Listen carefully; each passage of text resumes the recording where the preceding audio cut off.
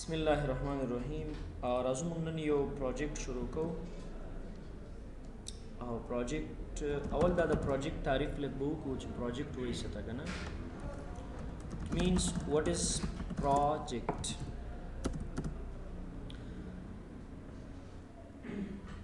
मतलब से वो है कि a series of tasks that need to be complete is called project. माना دا چې دا یو سیریز دی، دا یو هدف لاس ته راوړل چې هغه باید مکمل سر ته ورسیږي، کمپلیټ شي. یو چې اچیو کول، یو ټاسک ته ځان رسول، دغه ټاسک ته ځان رسول دا کوم اجرایت چې موږ کوو دې ته څه وایي؟ پروجیکټ وایي. A task that we have to reach to هغه ټاسک، هغه هدف چې موږ ورته ځان رسول غواړو دې ته څه ویلی شي؟ project. It's very simple.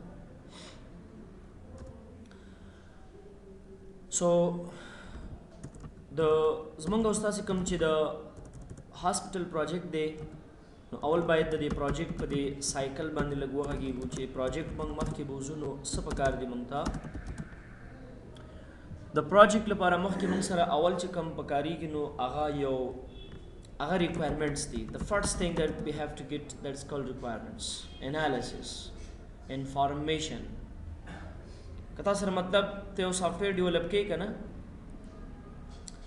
نو چې ته requirements نه لري، معلومات نه لري، ته نشي کولای چې هغه جوړ کړې هغه شی. ځکه کله چې ته یو څه شی جوړوې نو مطلب ته وایې چې زه یو سافټویر جوړوم، دا سافټویر باید ما ته دا کار وکړي، سافټویر باید موږ ته دا کار وکړي که نه. نو اول موږ سره پکار دي ریکوایرمنټس. اوس مثلا موږ هاسپټل دپاره دا سافټویر ډیولپ کوو، نو موږ ته باید د هاسپټل باره کې انفارمیشن وي. لکه موږ باید په دې پوه شو چې وارډ څه ته وایي، موږ باید پوه شو چې مطلب ډاکټر څه شی دی، موږ باید په دې باندې پوه شو په وارډ کې روم څه شی دي، په دې باندې موږ پوه شو باید چې فار ایگزامپل میډیسن څه شی دي، په دې باندې باید موږ پوه شو چې مطلب یو پیشنټ رجسټر کیږي څنګه، یو پیشنټ آوټ کیږي څنګه، یو پیشنټ چې کوم ټیسټونه کړي د هغه د لیبارټري ټیسټونو ریپورټس وغیره دا ټول پکې ته باید انفارمیشن راواخلې. یعنې کله چې موږ یو چاته سافټویر جوړو نو دا به ته په خپل سر نه جوړې، نه به په خپله خوښه جوړې، دا به چاته چې دا سافټویر ډیولپ کړي د هغه نه به معلومات اخلې، د هغه نه به انفارمیشن اخلې، هغه نه به په کاغذ ټول د هغه معلومات چې کوم هغه ته ضرورتونه دي هغه به لیکي، بیا به ته نور خپل سوچ ورباندې کوي چې دا باید زه څنګه وکړم. خو د هغه ضرورتونه په نظر کې نیول، د هغه نه هغه معلومات اخیستل، هغې ته څه ویلی شي؟ ریکوایرمنټس ورته ویلی شي.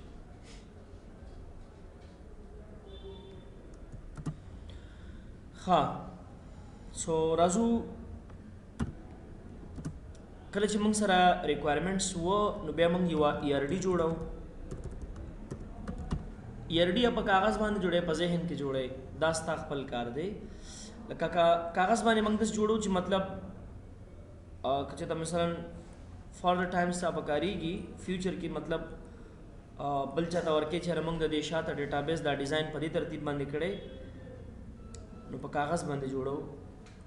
او بعضې کسان داسې وي چې مطلب هغوی ته دغه نقشه د ډیټابیس په ذهن کې یاد وي، هغوی نقشه مقشه په کاغذ نه جوړوي، بس ډایرکټ خپل ذهن نه ډایرکټ مکمل هغه ټیبل او ریلیشنشپ هر څه په خپله باندې اټومیټیک کوي.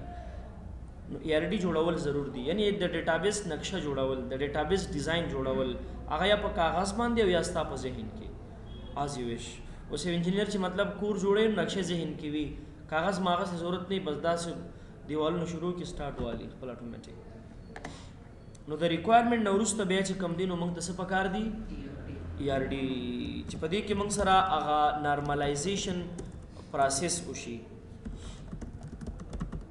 نارملایزیشن پروسس معنا داسې وي چې لکه موږ سره به دې کې ماسټر ټیبل دا وي، دې کې به پرایمري کې اخلو، دا به چایلډ ټیبل وي، دا به فارین کې وي، نو دا نارملایز شي. یعنی چې کله موږ سره زموږ ډیټابیس نارملایز شوي نو زموږ دغه ډیټا چې کومه فلو کېږي دې ته، نو هغه په یو ډېر منظم او صحیح توګه باندې راځي ډیټابیس کې. چې بیا موږ که چېرته فرض مثال بیس منتلی بیس ریپورٹ جوړو نو هغه ریپورټ هم په اسانۍ پرنټ کیږي، په اسانۍ یو منظم یو خلاصه راپور موږ ته پرنټ کیږي، ډیټا په اسانۍ سرچ کیږي، ډیټا په اسانۍ اپډیټ کیږي. که چېرته مطلب زموږ دا ډیټابیس نارملایز نه وي سو بیا د دې ډیټابیس څه مقصد نشو، څه ریزلټ نه لري. دا بیا موږ وایو دا چې ډیټابیس از ا کلیکشن آف ارګنایزډ ډیټا.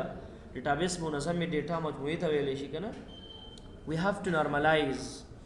Normalization process can be done in ARD. دا به ARD کې کېږي موږ سره. Entity relationship diagram. Entities تاسو هغه کوم ټیبل چې دي هغې ته وایي.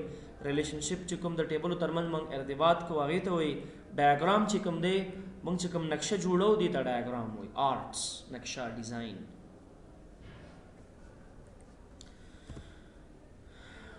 After that موږ چې د خپل سافټویر د خپل ډیټابیس چې کوم امپلیمنټیشن کوو یعنی ډیټا فلو ډایاګرام جوړو. اټ مینس راځو مطلب اریکل کې کار کوو، ایکسس کې کار کوو، مای اسکیول کې کار کوو، اسکیول سرور کې کار کوو که نه. هر یو باندې چې ستاسو ډیمانډ وي هر یو باندې تاسو پوهیږئ نو بیا راځئ تاسو هغې کې هغه ټیبل جوړوئ او هغه ټیبلو ترمنځ ریلیشنشپ یې جوړوئ، هغې ته ډیټا فلو ډایاګرام وایي. هغې نه وروسته بیا موږ د دې لپاره انټرفیس او نور وغیره سیکیورټیانې نور انفارمیشن چې کوم. اوس دوه خبرې دي. لکه تاسو اول خو چې دی د ډیټابیس دپاره یو ډانچه جوړوئ یعنی یو نقشه یو انټرفیس ورته اول جوړوئ، هغې نه وروسته بیا تاسو ډیټابیس جوړوئ، یا اول ډیټابیس جوړوئ وروسته ورته انټرفیس جوړوئ as you wish. تاسو سره چې د ډیټابیس نقشه په ذهن کې وي مخکې نه ته کولی شي هغې دپاره اول انټرفیس جوړ کړي وروسته ټیبل جوړې کړه، نشته مشکل. یا مثلا اول ټیبل جوړې کړه وروسته بیا مطلب ته ورته انټرفیس جوړ کړه، هېڅ مشکل نشته. هر یو چې تاسو ته اسان یو په کوم حالات چې ورځئ هسې. خو مهم شی چې کوم دي نو هغه ریکوایرمنټس دي. څه شی دي؟ زمونږ او ستاسو دا سافټویر به څنګه شکل لري، کومسې ترتیب باندې به وي، کومسې هاسپټل ډیټا به دې کې مینیج کېږي، په کوم ترتیب به مینیج کېږي. So my project, I have to develop a database in which I can manage data about patients. موږ به یو ډیټابیس جوړو چې په هغې کې به موږ د پیشنټس ریکارډ څنګه کوو مینیج کوو. So in this software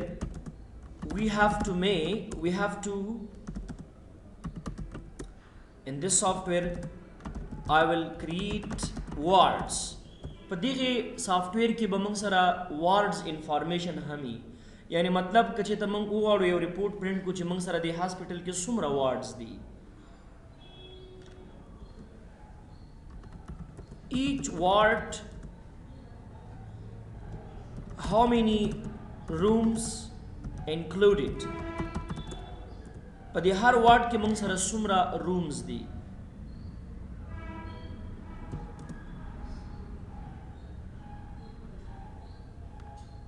So the software contains that I have to fill information about patient medicine. په دې سافټویر کې به دا وي چې کله مطلب موږ سره یو مریض راځي هغه ته میډیسنس ورکول کېږي، کله چې هغه خارجېږي نو د هغه کمپلیټ ریپورټ موږ پرنټ کړو چې تر اوسه دې پیشنټ ته موږ کم میډیسنس ورکړي دي، کم دوایانې دې ته موږ ورکړي دي.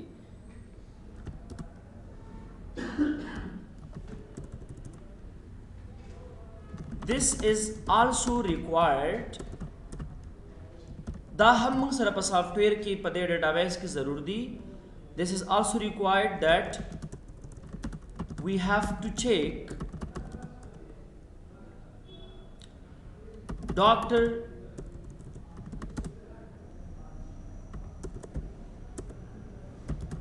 each doctor visit how many patients. دا به موږ سره په دې انفارمیشن کې ایډ کېږي چې مطلب یو ډاکټر دی هغه مریضان ګوري، څومره مریضان دی ډاکټر کتلي تر اوسه پورې، کم کم مریضان د فارغ کړي تر اوسه پورې. یعنی مطلب موږ سره په دغه ډیټابیس کې د ډاکټرانو ریکارډز هم مینیج کی. How many doctors I have in this hospital, how many doctors I have in this ward, and doctor visit how many patients in this hospital.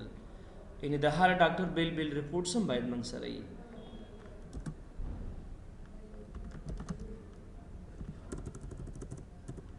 دې کې به موږ سره د ډاکټر سیلری هم وي چې ډاکټر ته موږ څومره منتلی پر منت سیلریانې ورکو.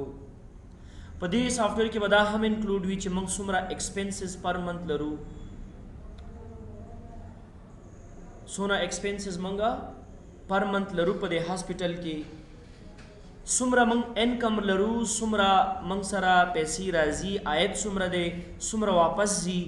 یعنی موږ به په دې سافټویر کې کیش فلو هم جوړو، بیلنس شیټ چې ورته وایي، چې موږ سره په آخر کې یو خلاصه یو سمری جوړ شي تر څو موږ پوه شو چې یاره زموږ د دې ډاکټر دا هاسپټل چې کوم دی موږ سره پروفټ کې روان دی که په لاست کې روان دی.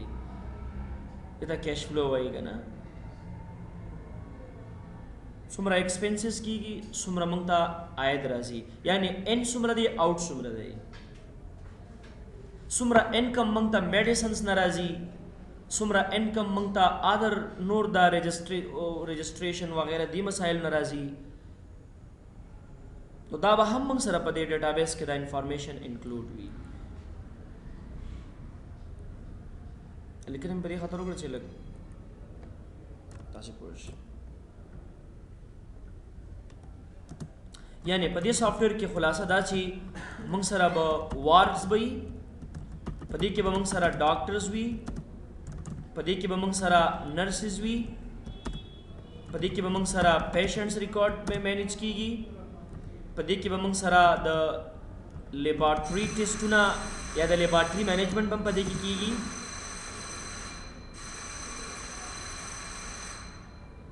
وارډز، ډاکټر، نرس، پیشنټس اینډ لیبارټري دا زموږ هغه مین انټیټیانې دي. وارډز، ډاکټرز، نرس، پیشنټس، لیبارټري. نو دې سره نور بیا چایلډ انټیټیانې ټیبل زیاتې نور راځي داسې چې مطلب د کې د ډاکټر سیلریز دي، مثلا دې کې مطلب ایکسپنسز دي وغیرہ وغیرہ. خو زموږ چې کوم مین ټاسک دي په هاسپټل کې، په هاسپټل کې څه شی وي؟ وارډونه وي. صحیح شو که نه؟ په وارډ کې موږ سره چې وي ډاکټرز وي، او موږ سره په دې هاسپټل کې نرسان وي، په دې هاسپټل کې څوک راځي؟ پیشنټس راځي، او په دې هاسپټل کې څه شی وي؟ لیبارټري وي. ټیسټونه به څوک کوي؟ پیشنټس به یې کوي.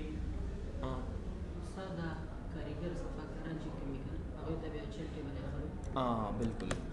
لکه اوس یو ټیبل باید موږ سره بل وي امپلای. موږ دلته بیا دوه ټیبل جوړو، ډیټا بیس داسې نرملایز کوو چې یو ټیبل موږ د امپلای دپاره جوړو، بل موږ د پوسټ دپاره جوړو. څه شي دپاره؟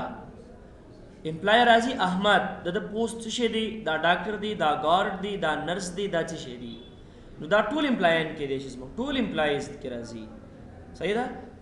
خو بیا به موږ دلته نارملایزیشن داسې کوو چې د نرس د امپلای دپاره به ځان ته ټیبل جوړو، او د پوسټ یا پوزیشن دپاره به ځان ته ټیبل وي. پوزیشن یې موږ کمې لرو دلته؟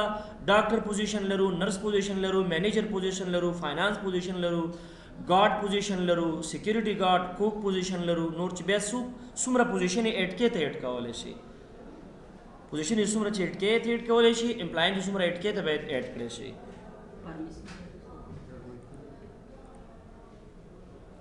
او بالکل بل موږ سره په دې کې باید راشي فارمیسي.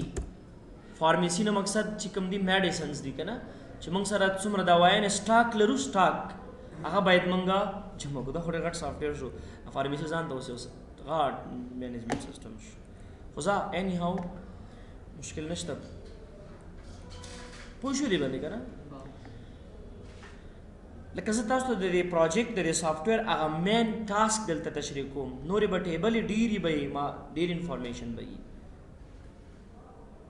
اوکې، بل موږ سره د سافټویر شکل به داسې وي چې دا به ملټیپل یوزر لاګین سیسټم وي. یعنی پدې کې به موږ سره اډمن یوزران وي او سټینډرډ یوزران به وي.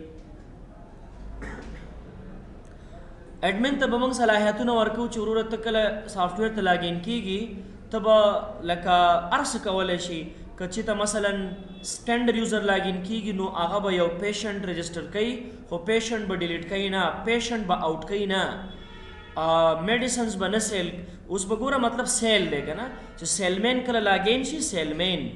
اوس موږ به یو سیسټم جوړو نیټورک سیسټم به وي چې کله یوزر لاګین کیږي نو هغه سره به صرف اکسس د دې وي چې یاره ته به صرف او صرف سیل کوی شي. یو پیشنټ تا ته راځي ته به صرف فارمیسي ته ځي سیل به کې، نور دې سره ستا کار نشته چې ته واټ ته لاړ شي، واټ ایډ کې، واټ اپډیټ کې، واټ ډیلیټ کې، ډاکټر ایډ کې، سیلري ورکې. نه نه نه، فاینانس ته به خپل موږ دغه ورکو چې د فاینانس کار به صحیح، د فاینانس کار به دی چې هغه به سیلري ورکوي نرسانو ته، ډاکټرانو ته. دا به د چا کاري؟ نو د فاینانس به خپل پوزیشن معلومي، خپل کارونه به په سافټویر کې معلومي، د نرس د سیلمین به خپل کار معلومي، د ایڈمنسټریټر به خپل کار معلومي. یعنی سافټویر ته څو نوه یوزران لاګین کیږي. صحیح شو که نه؟ نو زموږ دا سافټویر چې دی دا به ملټي لاګین یا ملټي اتنټیکیشن والا سیسټم وي. نه، یوزرز دپاره ځان ته ټیبل جوړیږي، هغه به صرف لاګین امپلای خو لاګین کیږي نه که نه، امپلای خو نه لاګین کیږي. اوس ته زما امپلای ستا زما د ډیټابیس یا سافټویر سره څه کار دی؟ خو ته راغلې ما سره ټیچر شو، زه به ستا ریکارډ ځان ته رسوم. آی ایم ا ډیټابیس انټري آفیسر، آی ایم ډیټابیس انټري آفیسر. Just I have to enter your information. You don't need to touch my software. You don't have authority to access to my software. Don't need. No, sir. مثلا مسیو اسپیټال کې چې دا کنه یو کمپیوټر کار خو ناس کنه مثلا ریسپشن کې چې څوک راځي کنه پیسې ورکړي نو یو کس ناسي کمپیوټر فاینانس دی، هغه مثال فاینانس دی، مالی دی. دا استاد بیا کوم ټیبل پورې راځي دا کس کوم دی کې لکه د دې تنخواه ورکوم دا خپل چې دا کس ناس دی، دا آی ټي چې کوم دی دا آی ټي خپل امپلای دی کنه، دا خو خپل یو امپلای دی، خو دا خپل خو یو امپلای دی ټیک ده، خو دا سافټویر د چې ننوځي کنه دا اوس بیله مسله ده، دا به اتارټي لري، مطلب دا فاینانس دی، فاینانس پوسټ ننوځي د دې کس به دا اوس بیله مسله ده چې دا ایډمن دی یا فاینانس دی یا بله مسله ده، یوزر دی د دې ډیټابیس. خو دا چې دا امپلای هم دی نو دا بیا د بیل انفارمیشن دی، د دې انفارمیشن په امپلای ټیبل کې موږ رسو. ذهن دې خلاص شو که نه؟ کنسپټ کلیر شو درته؟ چا سره سوالونه دا ګوره پروجیکټ دی ښه، دا زما په خوښه نه کېږي، دا ستاسو خوښه باندې کېږي، او دا داسې به کوو چې په شریکه باندې به یې کوو، چې چا څه ضرورتونه یې او چا ته څه ذهن کې راځي خبره سره پکې کوئ. ګوره کله چې یو پیشنټ راځي د هغه خو اول آی ډي وي، د هغه نوم وي، د هغه فادر نیم وي، د هغه ایج وي، کوم ځای نه راغی، تذکري نمبر یې. ځکه اوس موږ پیشنټ رجسټر کې نور یو کس راځي مطلب ریسپشنسټ نه کوېسچن کوي چې یاره دا پلانکې مریض په نوم دلته کس خو نشته، ښه نوم یې څه دی؟ دا نوم یې دی، نوم یې څه دی؟ پلار نوم یې څه دی؟ نوم پلار نوم یې دا دی، نوم یې څه دی؟ پلار نوم یې څه دی؟ ولادت یې څه شی دی؟ دا موږ ریکارډ سرچ کوو.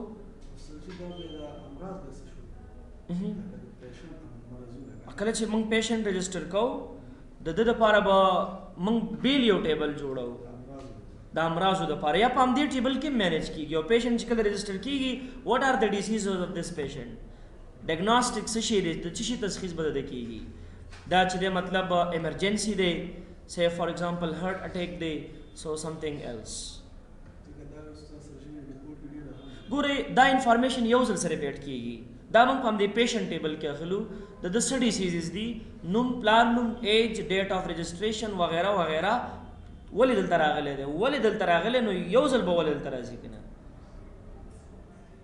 ذهن دې خلاص شو؟ دې ته به ګوره یاد ساتئ کله چې یو انفارمیشن یو انټري دوه ځل د یو پیشنټ دپاره یا ډاکټر دپاره کېږي نو هغه په چایلډ کې لیکو، چې کله مطلب یو ځل هغه رجسټریشن کېږي یو ځل کېږي نو هغه به موږ په سیم ټیبل کې اخلو، په ماسټر ټیبل کې. کله چې یو ریکارډ یو ډیټا دوه ځلې ریپیټ کېږي هغه به موږ بیا څنګه کوو؟ هغې دپاره به چایلډ ټیبل جوړو. کله چې یو ځل هغه ډیټا انټر کېږي ریپیټیشن نه ورکړي بیا به څنګه وي؟ پیرنټ دا هم چې مریض دویم ځل راځي یو ځل خارجي کې بیا راځي د لپاره به بیا ستاسو آفرین یو ځل چې کله دا مریض خارج شي موږ سره د دا ریکارډ چې دی جوړ شي پد شي کې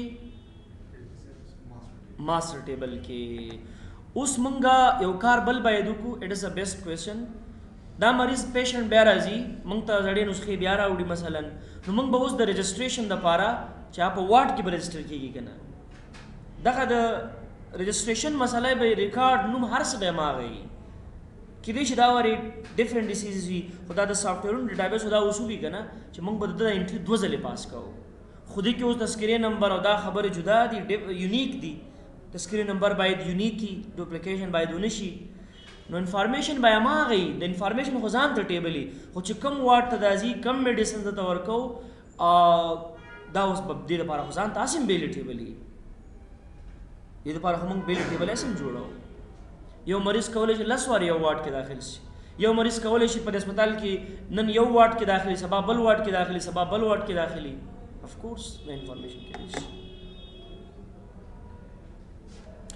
بل څه پوښتنه ذهن کې چا سره یو کوي نشته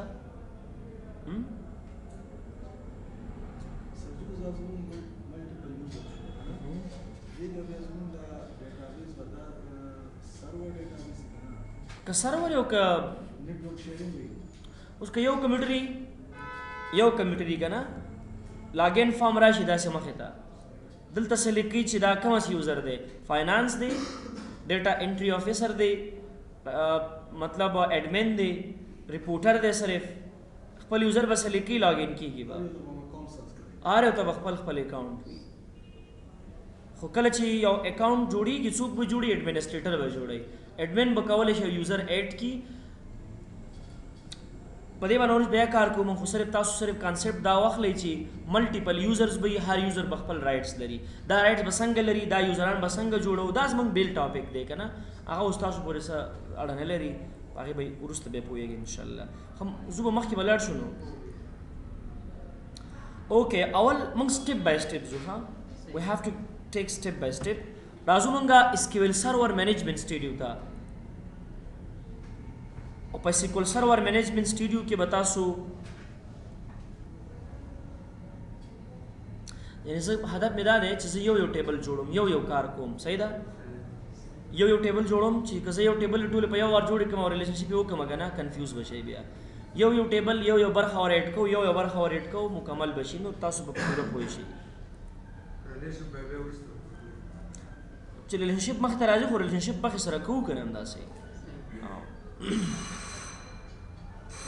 د ټولو نه اول مین شی چې موږ سره کوم دی نو هغه د واټ جوړول دي څه جوړول دي واټ تاسو به څه وکئ دلته به تاسو رایټ کلیک کوئ او یو نوی ډیټابیس به جوړ کړئ دلته به راشو په دې مای کمپیوټر کې به د دې په دې ډي ډرایو کې دې لپاره موږ I have to make a folder for it hospital database management system application به هم دلته پروت یو ور څه باندې پراته وي اوکې hospital database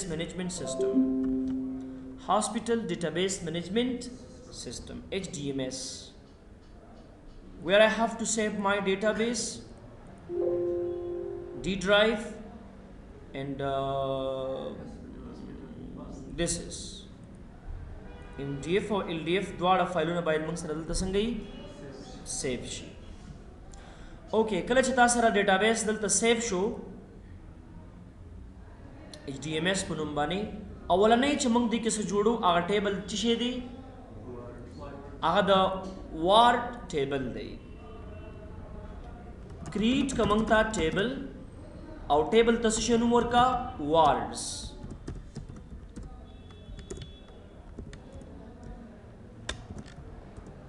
په دې کې موږ سره فرست اف آل وارډ آی ډي راځي د دې ډیټا ټایپ څه اخلو موږ انټیجر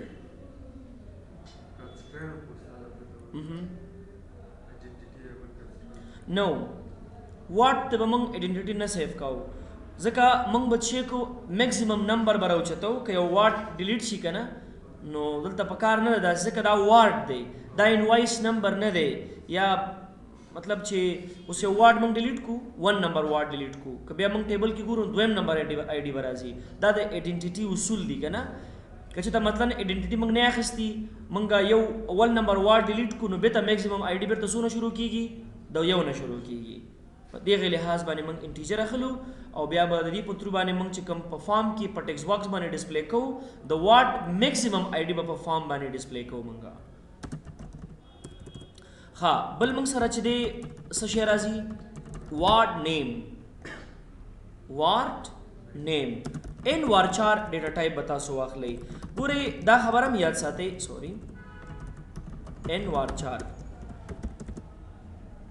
که ان وارچار والو کې دي چې سبا دا وارد څوک پښتو کې صف کې ځان سره ډیټابیس کې نو موږ ته څه پکار دي چې باید وارد موږ څه شي کې واخلو که پښتو یو که انګلیش دواړه به راځي که نه احتیاطاً موږ داسې کوو چې ان وارچار اخلو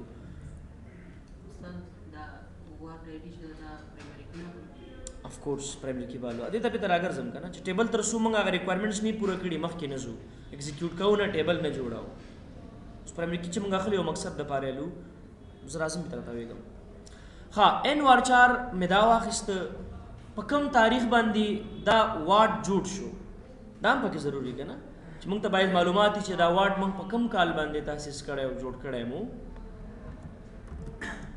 ډیټ اف کریشن یا صرف تاسو به ولیکئ ډیټ خدای یاد ساتئ چې کله ډیټ از ا کیورډ مطلب هغه به داسې بریکټ کې نیسو کارلی بریسز او د هغې ډیټا ټایپ به څه واخلو ډیټ به واخلو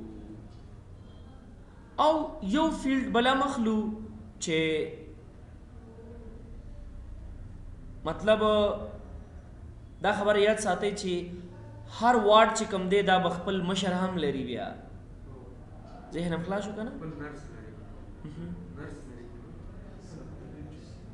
او مشر لري لکه میجر لري که نه یو ځکه وارډ یو ډپارټمنټ دی وارډ خپله یو ډپارټمنټ دی هر ډپارټمنټ یو مینیجر یو اداره کوونکی لري ها نو بس صرف تاسو به یو فیلډ یو کالم دلته بل ایډ کړئ د ډسکرپشن په نوم باندې ډسکرپشن ان وارچار به واخلو که څه تفصیل موږ د دې باره کې لیکو I have to have a field but description is also a keyword we have to take in no just I need to take DES no descending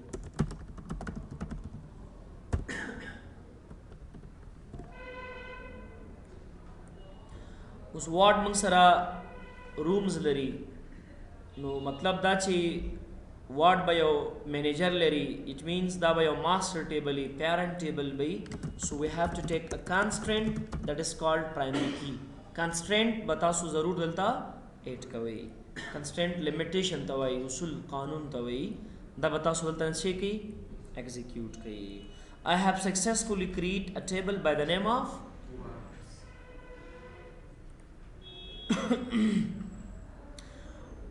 okay اوس راځو مونږه ویژوال سټوډیو خلاصو او دا غي نه وروسته بیا راځو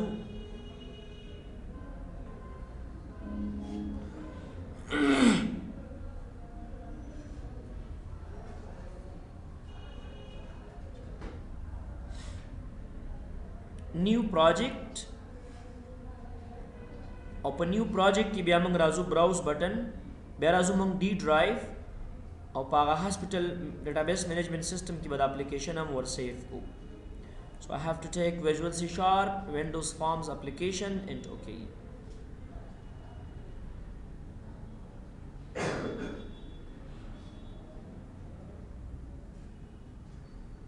اول ټول نمخ کې موږ ته دا پکار دي چې موږ خپل یو MDI فارم انتخاب کو څه شي باید انتخاب کو MDI مین ډسپلی کوم فارم چې موږ دی یعنی عمومي فارم چې کوم دی چې دا غي نه نور فارمونه را خلاصيږي دا به یو پیرنټ فارمي چې څومره فارمونه هغه به ټول موږ سره په دې کې خلاصيږي ذهن هم خلاص نشو همین فارم څنګه جوړو لیټس سی تاسو دلته راشي اول خو تاسو دا فارم چې کله تاسو ته خلاصیږي دا باید میکسیمایزډ خلاص شي یعنی فول سکرین. دویمه خبردار چې د دې ایز ایم ډی ای کنټینر پراپرټیز به تاسو ټرو کړئ، یعنی کله چې دا ایز ایم ډی ای کنټینر موږ سره ټرو شي دا یو پیرنٹ فارم شي. پیرنٹ څه معنا؟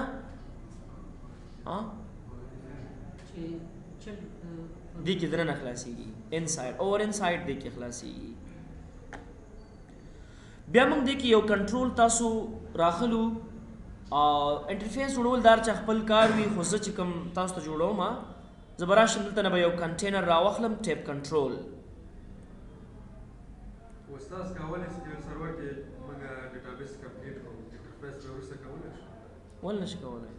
ما ته د مخکې وویل که نه چې زه ستاسو ته کال ته لاړ شم اوس هم صحیح ده، خو زه سټپ بای سټپ ځم. اول د واډ کمپلیټ خبره ختمومه، بیا راځم په واډ کې ډاکټر څنګه ایډ کیږي د هغې خبره ختمومه، بیا مطلب د ډاکټر د ډیلیټ او اپډیټ د واډ ډیلیټ او اپډیټ انسرټ ټولې مسلې ختمومه. سټپ بای سټپ ځم زه. او دا خبره مهم هم ده کله چې یو ماډیول نه بل ماډیول ته ځئ، یو ماډیول کمپلیټ کوئ بیا بل ته ځئ. یو ماډیول څه معنا؟ ډاکټر یو ماډیول دی چې ډاکټر ماډیول کله کمپلیټ شو د دې انزرشن ډیلیشن د دې ریپورټس هر څه کمپلیټ شو، بیا مخکې لاړ شه بل ماډیول باندې کار شروع کا. هغه ماډیول کمپلیټ شو که دا ماډیول ته نیمایي کې پرېږدې بل ماډیول باندې کار کې دا بیا نه ګډ وډ کېږي هر څه. بیا چې کله سافټویر چاته وسپارې که نه پکې بلا غلطیانې به وي، بلا مشکلات به پکې وي. دا باید دا کم ټیپ کنټرول چې موږ راواخیستو دا موږ ته په دې فارم ټاپ باندې ډاک شي، یعنی مطلب فول سکرین دي شي راته. فول سکرین نه مطلب په ټاپ کې مکمل باید ونخلي راشي ټاپ پوزیشن باندې. So take like this. It means it will be like this.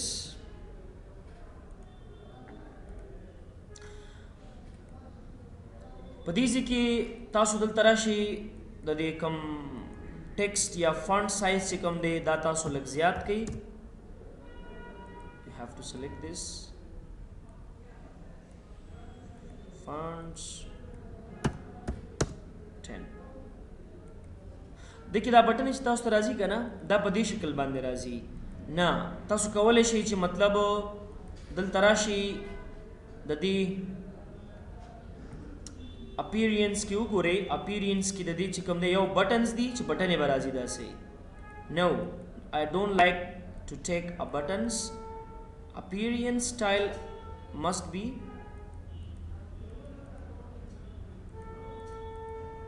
flat buttons like this. دا داسې یو شکل راځي خام لکه ورډ کې داسې راځي. دا خپل هم یو ټیپ کنټرول دی. دا چې دی ټیپ کنټرول دی. اوس د دې بیکګراوند هم تاسو بدلولی شئ. لکه تاسو راشئ مثلا دې ته یو باټن فیس بیکګراوند ورکړئ. سو دا خو موږ د دې دا خو الریډي دی نو.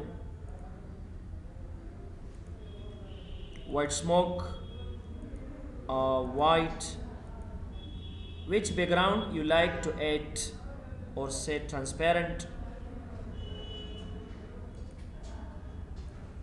کلر به یو استعمالو چې بیا په نورو فارمونو کې هم زمونږ اماغه کلري پروفیشنل کلر به انتخاب کو. نو ستاسو په نظر کوم یو رنګ به صحیح رنګ دی چې والو کوم رنګ ستاسو خوښیږي؟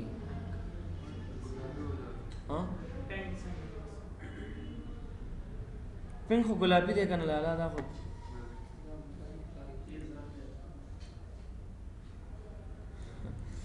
مایکروسافټ رنګ به یوز کو. ګریډینټ ان ایکټیو کیپشن دا څنګه دی؟ اټ از ا ویری پروفیشنل کلر.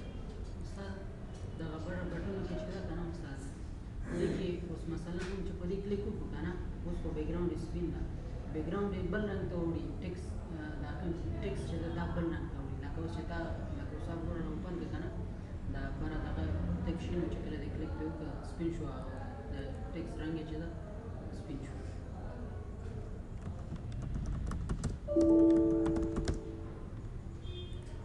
څنګه وشي باید اوس انزرټ باندې کلیک وکړه بیک ګراوند یې سپین شو او دا انزرټ ټیکس چې ده دا شین شو. دا خپله کېږي که نه دا خو اټومیټیکلی کېږي ته سوچ د دې بیک ګراوند کلر یاد دی ښه خلاصو دي ته پراپرټیز ته راشي تاسو ټیپ پیجز ته راشي کلیکشنز ته راشي اول خو باید دا نمونه ورته چینج کړو صحیح ده نوم کې به تاسې اول په دې ټیکس کې واخلئ مثلا زمونږ خو ټاسک معلوم دی که نه وارډز دي ډاکټرز دي که نه موږ به هر ټیپ ته هغه نوم ورکو چې کوم زمونږ ریکوایرډ انفارمیشن وي لکه وارډز او دا فنټ چې دی فنټ دا فنټ اصل کې تاسو استعمال کوئ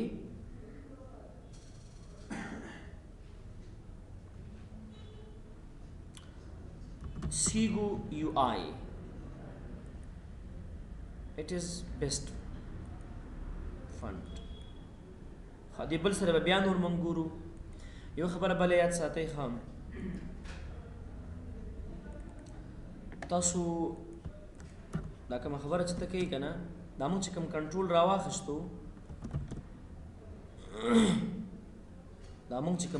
راواخستو دا ډېر ساده کنټرول دی د مایکروسافټ د ویژوال سټوډیو خپل کنټرولز دي د ټیلریک په نوم باندې موږ سره تھرډ پارټي کنټرولز دي څه په نوم باندې ټیلریک تاسو دلته د ګوګل ته راشئ دا ډېره مهمه خبره ده او دا تاسو بیا د انټرنیټ نه راولئ تاسو دلته ورته ولیکئ ټیلریک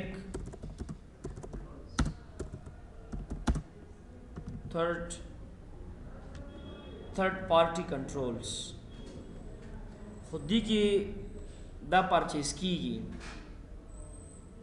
incomparable control and appearing third party control with Telerex تاسو دې باندې کلیک کړئ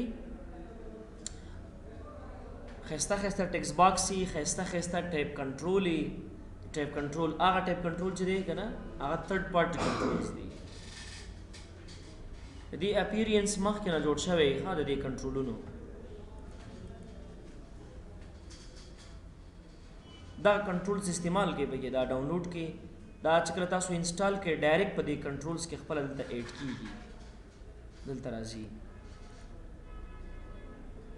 زه په ډیزاین باندې کار وکړو دا مهمه نه ده خادي کې تاسو دننه چې دی په دې کې دننه بیا خو من کلر واخستو انیکټیو دې کې دننه یو بل کنټرول تاسو راخلی چې هغې ته ټول سټریپ کنټرول وایي دا go to menu and toolbars tool strip په ټول سټریپ کې چې دی موږ سره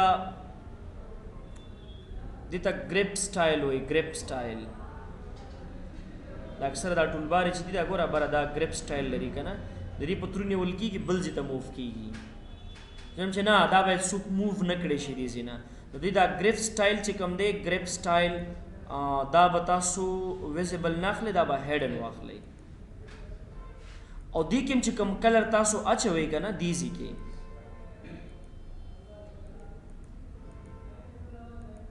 خو د دې دا سایز لږ تاسو غټ کړئ لکه چې کله یو بټن موږ ایډ کوو تصویر راوړو دا ویډ څو نه او هایټ یې باید څو نه سو 40 by 40 به تاسو ایډ کړئ او که د ټولو نه تاسو داسې یو کار وکړئ که نه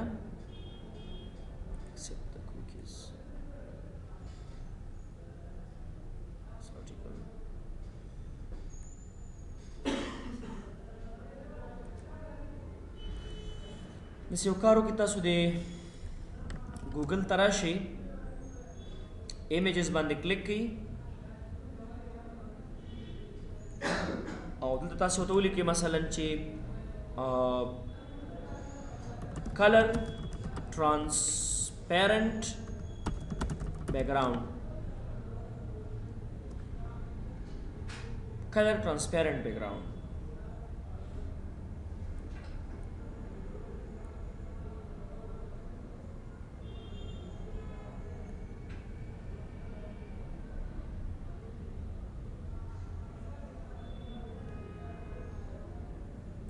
که موږ ته پکې داسې یو بیکګراؤنډ پکار لکه دا، یا مثلا لکه دا چې کومې که نه داسې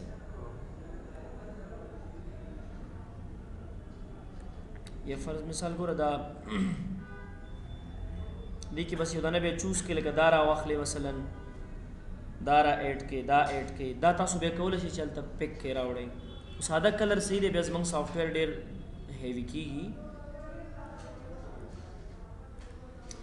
ها دلته به تاسو یو بټن ایډ کړئ، بټن.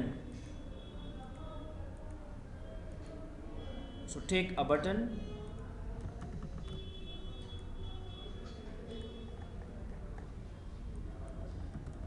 words icon png. png माना چې شاته د دې بیکګراوند نه وي.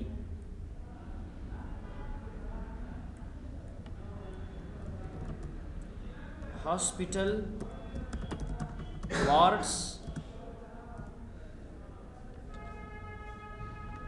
icons.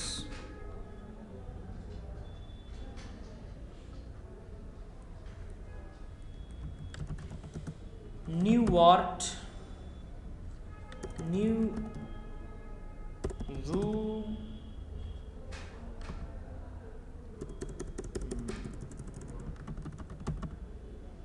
words icons.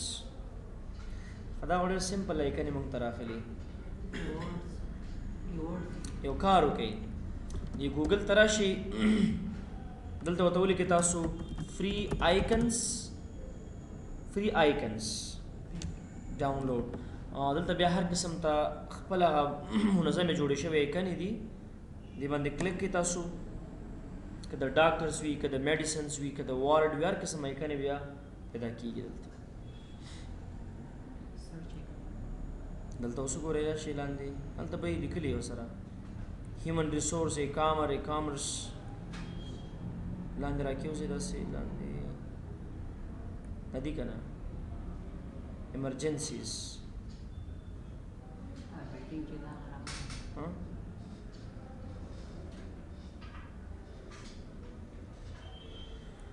ها سرچ آیکن وارڈس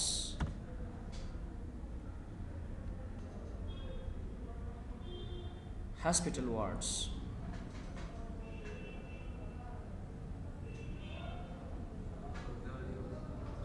دا صحیح دی که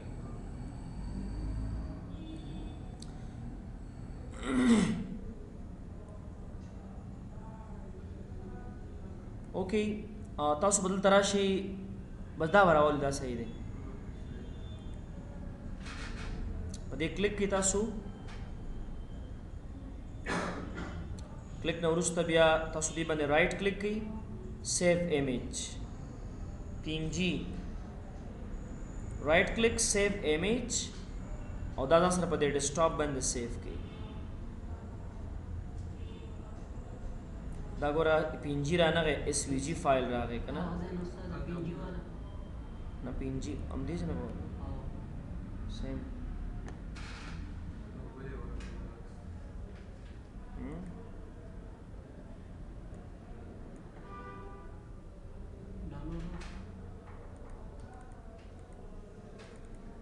بعضی کنی فری هم نہیں خواہ. سیو امیج، رائٹ کلک، ډاونلوډ PNG. دا ځکه هلته موږ ته نه راکوي. دا ګوره دا په پیسو باندې ورکوي 7.50. دا کمی پیسې دي کاري هیرو دی که نه او ډېرې پیسې نه راځي دی نه خو دا چې که ته فری ډاونلوډ کې که فری ډاونلوډ کې نو بیا به یو مشکل وي. بیا چې کله سافټویر خلاص بیا به آیکن نه وي چې کله وخت پوره شي. خو دا ضرور نه ده مړه تاسو بیک لاړ شئ دې ځای کې ګو بیک لاړ شئ دې ځای نه فري لیسنس آیکنس ایډ نیو آیکن یو بل آیکن به راولو داسې مهمه نه ده ښه او دلته خالص امیجز دې موږ ته ټول راشي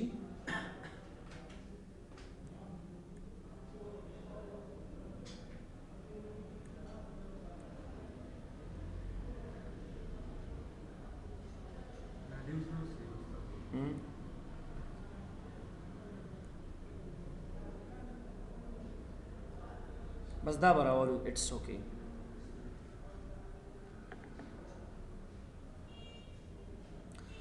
ګورئ دا آیکن باید همیشه چې راغلی بیک ګراوند باید څنګه وي ټرانسپیرنټ وي په دې تاسو رایټ کلیک کړئ سیف امیج آس په دې ډیسکټاپ باندې په دې همدې ډي ډرایو کې به یو فولډر جوړ کړو دې کې ډېر آیکن یې موږ استعمالو هاسپټل آیکنس ها اوس دلته په دې رایټ کلیک کې تاسو سیټ امیج ته راشئ امپورټ ته راشئ یو خبره بله لوکل ریسورس به پکچر دپاره نه انتخابوئ ځکه که چې ته مثلا موږ د ډیسکټاپ یا ډي ډرایو نه دا راوړو که نه او آیکن ډیلیټ شي یا دا پروجیکټ موو کړو بس خبره ختمه آیکن یې بېرته ختم شي نو تاسو پروجیکټ ریسورس فایل انتخاب کړئ چې دا آیکن موږ سره چېرته سیف شي د پروجیکټ په دې فایلونو کې ایډ شي نو په امپورټ باندې به تاسو کلیک کړئ ډي ډرایو ته به تاسو راشئ او دلته به انتخاب کې دا آیکن دا به تاسو سره دلته را ایډ شي ساز د پروجیکټ ریسورس چې ولې دا ارزنه چې موږ اکثرول دا بیا ریسورس ته ځي نه ځي که نه ریسورس ته پروجیکټ کې نه ایډ کېږي که نه لکه دا داسې لینک کې نه یو خو لوکل که نه هغه لینک دا بل خماس او که نه دا ځي که نه دا اوس ګوره دلته راغی ته دې مای کمپیوټر ته راشه خپل ډرایو ته دې راشه هاسپټل ته راشه دې ځای کې وګوره تصویر به تا سره ریسورسز کې راغلی ټول چې څونه پکچرز ته راوړې هغه به ون بای ون د ریسورسز کې دلته تا سره ایډ کېږي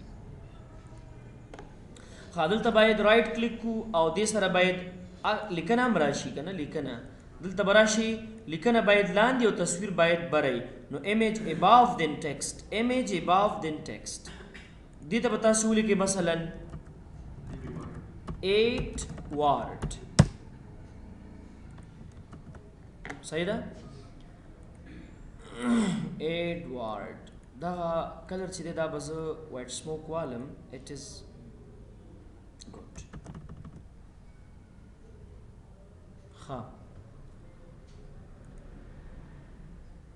کله په ایډوارډ باندې تاسو کلیک واخلئ که نه اټومیټیکلی زمونږ باید یو نوی وارډ را اوپن شي او په دې ځای کې راته باید اوپن شي سو سبا به انشاءالله نور مخکې کار دی باندې بوځو سمه ده